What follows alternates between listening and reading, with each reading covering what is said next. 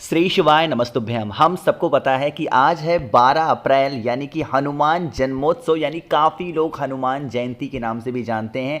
साथ ही साथ चैत्र पूर्णिमा का सुंदर सा संयोग बन रहा है। तो आप सभी लोगों को आज रात में अपने घर पे पंचमुखी हनुमान दीपक अपने घर पे लगाना है, जिससे बजरंग बली की जो कृपा हो वो आपके घर के ऊपर और आपके पूरे परिवार के ऊपर हमेशा बनी रहे। साथ ही साथ हम लोग कुछ उपाय पूर्णिमा के भी आज रात में करने वाले समझेंगे। वीडियो को पूरा देखिएगा। उससे पहले एक छोटी सी जानकारी मैं आपको दे दूं। इस टाइम पे जो कथा आपकी राजस्थान में चल रही थी, वो कथे में बहुत ज़्यादा आंधी तूफान आया है पूज्य गुरु जी के, जिससे उस कथा को रद्द कर दिया गया है। और वो कथा पहले 7 दिवसीय होने वाली थी, लेकिन अब वो कथा 5 दिवसीय होगी। जैसे ही वहाँ पर मौसम कुछ भी ठीक होगा, आपको डेट अनाउंसमेंट कर दी जाएगी, आपको वहाँ पे टाइम बता दिया जाएगा। लेकिन अभी वहाँ पर बहुत ज़्यादा हालत ख़राब है, इसलिए पंडाल वहाँ पे गिर गए थे। मैं आपको बताऊँ तो पंडाल को फिर से लगाने में शायद 1 से 2 दिन लगेंगे। देन कंटिन्यू आपकी कथा आप टीवी के माध्यम से या फिर व्हाट्सएप, फेसबुक, यूट्यूब के माध्यम से सुन पाओगे। ठीक है ना।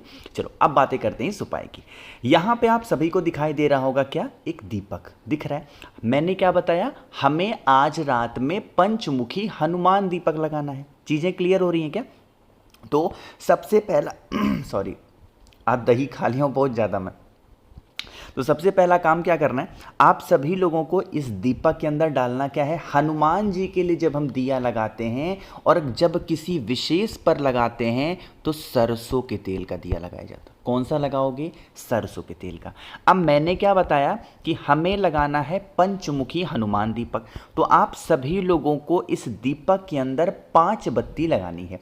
आज के इस उपाय में दिया चाहे तो मिट्टी का ले सकते हो या फिर आप आटे का ले सकते हो, कोई दिक्कत नहीं है ना। चलो लगाते हैं हम लोग। तो सबसे पहले आपको इस प्रकार से एक बत्ती लगानी है, फिर आपको इस प्रकार से दूसरी बत्ती लगानी है, फिर आपको इस प्रकार से तीसरी बत्ती लगानी है, फिर आपको इस प्रकार से चौथी बत्ती लगानी है, एंड देन लास्ट में 5वीं बत्ती। एक नियम समझेंगे। इससे पहले मैंने आप लोग को पंचमुखी दीपक बताया था, उसमें मैंने आपको शिव पंचायत के नाम से दीपक लगाने की विधि बताई थी। लेकिन इस उपाय में पंचमुखी हनुमान जी के नाम का दिया लगाना है। नाम यहाँ पर डिफरेंट होंगे, इसलिए चीज़ों को ध्यान से सुनिएगा। ठीक, सरसों डाल दिया आपने अच्छे तरीके से। अब क्या करना है, आप सभी लोगों को इस दीपक को उठाना है। आपके घर में जहाँ पे भी बजरंग बली की फोटो हो, मूर्ति हो, प्रतिमा हो, या फिर जहाँ पे आप बजरंग बली की पूजा अर्चना करते हैं, शाम के टाइम पे प्रदोष काल के बाद में इस दीपक को लगाएंगे।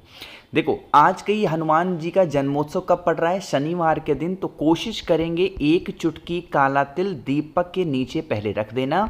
उसके बाद हम लोग क्या करेंगे, दीपक को प्रज्वलित करेंगे। चलो सबसे पहली बत्ती जो हमें जलानी होगी, ठीक है ना, कोई से भी भगवान की पूजा आप करो, कोई भी, तो सबसे पहले भगवान गणेश का स्मरण जरूर किया करो, वरना पूजा आपकी संपन्न नहीं मानी जाएगी, सफल नहीं मानी जाएगी। क्यों?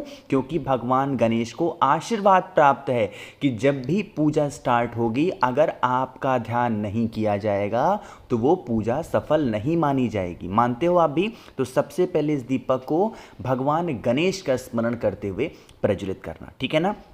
भगवान गणेश का नाम जहां पर भी आता है वहां पर महादेव का भी नाम आता है, पता है आपको। तो दूसरी बत्ती जो आप प्रज्वलित करोगे, अपने देवाधिदेव महादेव के नाम की दूसरी बत्ती जलाएंगे। अब यहां पर 3 बत्ती और बची हुई है। इन 3 बत्तियों को बजरंग बली के नाम से जलाना। ठीक है ना। सबसे पहली बत्ती जो तीसरी बत्ती आप प्रज्वलित करोगे वो बजरंग बली के नाम से, यानी कि हनुमान जी के नाम से आपको लगानी है तीसरी बत्ती। जो चौथी बत्ती प्रज्वलित कर रहे हो, ये चौथी बत्ती हनुमान जी के दूसरे नंबर के छोटे भाई का नाम है गतिमान। तो गतिमान के नाम से दूसरी बत्ती प्रज्वलित करेंगे। चौथी बत्ती। जो लास्ट बत्ती आपकी बचती है, ये जब लास्ट बत्ती आप जलाओगे तो हनुमान जी के तीसरे नंबर के भाई का स्मरण करते हुए जलाना है, यानी कि रतिमान का ध्यान करके जलाना है। एक बार आपको रिपीट कर रहा हूं, बहुत ही ध्यान से सुनिएगा। जो पहली बत्ती हम जलाएंगे भगवान गणेश के नाम की, दूसरी बत्ती जलाएंगे अपने महादेव के नाम की, तीसरी बत्ती प्रज्वलित करेंगे किसके नाम की? हनुमान जी के नाम की। चौथी बत्ती प्रज्वलित करेंगे किसके नाम की? हनुमान जी के दूसरे नंबर के छोटे भाई गतिमान के नाम की।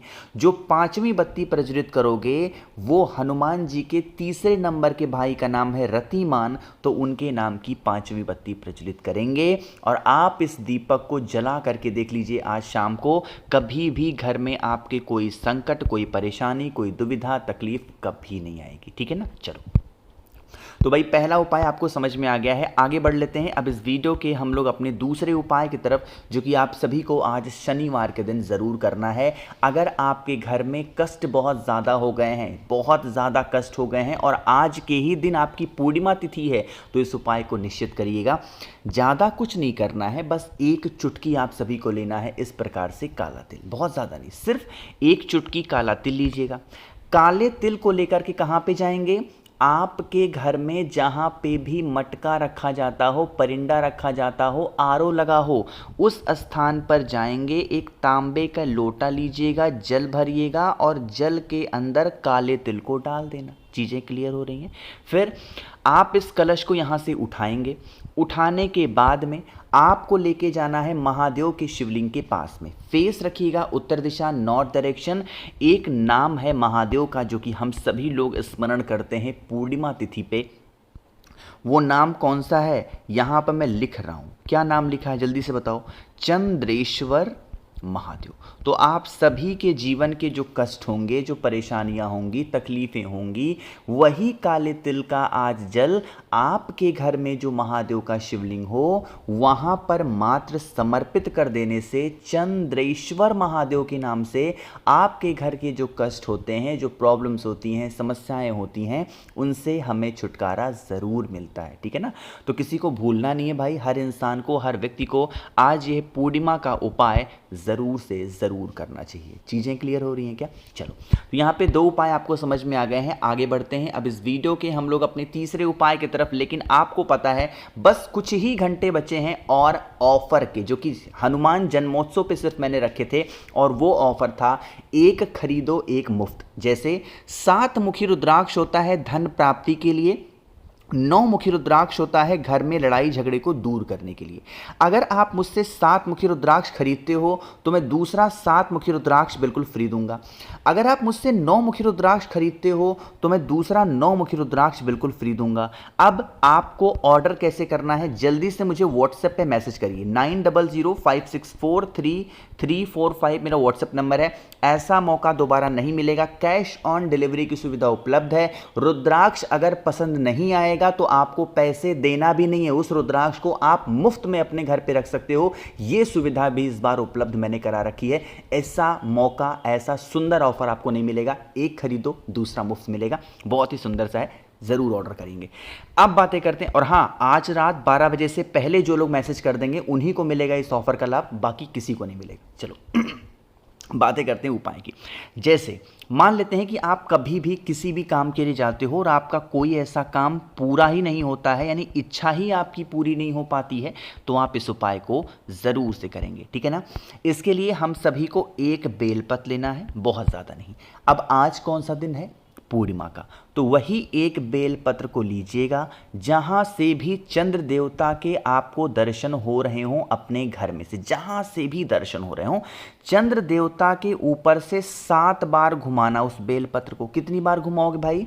7 बार घुमाना। और हाँ, अगर बेलपत्र ना हो तो आपके घर का कोई भी एक पत्ता हो, सिर्फ तुलसी माता का पत्ता छोड़ करके कोई भी एक पत्ता ले लो और चंद्र देवता के ऊपर से 7 बार घुमाओगे बालचंद्रेश्वर महादेव के नाम से। घुमाने के बाद में फिर उस पत्ते को महादेव के शिवलिंग के ऊपर ला करके रखेंगे, और जब यहाँ पर रखेंगे तो माता अशोक सुंदरी के स्थान पे रखेंगे, और नाम आपको वही बोल करके रखना है। कौन सा नाम? बालचंद्रेश्वर महादेव। इन्हीं का स्मरण करके अगर आप चढ़ा देते हैं तो आपकी जो मनोकामना अधूरी रह जाती है वो पूरी ज़रूर होगी। ठीक है ना? आखिरी उपाय की बातें हम लोग कर लेते हैं, जो कि हमारा चौथा उपाय है। कैसे करना है, कहाँ पे? जल्दी से करिए। सबसे पहले वीडियो को लाइक, जिसने अभी तक चैनल को सब्सक्राइब नहीं किया, मेरी आवाज़ आप पहली बार सुन रहे हैं, जल्दी से करेंगे चैनल को सब्सक्राइब। ठीक, देखो, सबसे पहले समझ लो कि इस उपाय के बेनिफिट क्या हैं। जैसे ही कमल गट्टा दिखाई दिया, धन संपदा का ये उपाय है, तो इसके लिए मात्र एक कमल गट्टा लीजिएगा। बहुत ज़्यादा की कोई ज़रूरत ही नहीं है, सच बता रहा हूँ। सिर्फ एक कमल गट्टा लेंगे, पीला चंदन लेंगे, फिर तांबे का लोटे में जल लीजिएगा और पहुंच जाना महादेव के शिवलिंग के पास में। जो पीला चंदन है, उस पीले चंदन का लेपन माता अशोक सुंदरी के स्थान पे, और इसी पीले चंदन के ऊपर उस एक कमल गट्टे को रख करके और जो जल समर्पित करोगे, वो आज के दिन जो जल समर्पित करेंगे धन प्राप्ति के लिए, वो आपको कुंदकेश्वर महादेव के नाम से चढ़ा देना है। यकीन मान लीजिए, कभी आपके घर में धन की कमी नहीं होगी। और अगर धन की कमी रहती है, घर के प्रत्येक व्यक्ति के गले में 7 मुखी रुद्राक्ष धारण करा दो, 3 महीने में परिवर्तन आपको ज़रूर देखने को मिलेगा। ठीक है ना? तो भाई, वीडियो पसंद आई हो आप सभी को तो लाइक ज़रूर करिए। कुछ पूछना है, नहीं समझ में आया, नीचे कमेंट सेक्शन में पूछें। और मेरे जितने भी भाई बहन आवाज़ आज मेरी पहली बार सुन रहे हैं, चैनल को ज़रूर सब्सक्राइब करेंगे। श्री शिवाय नमस्तुभ्यं।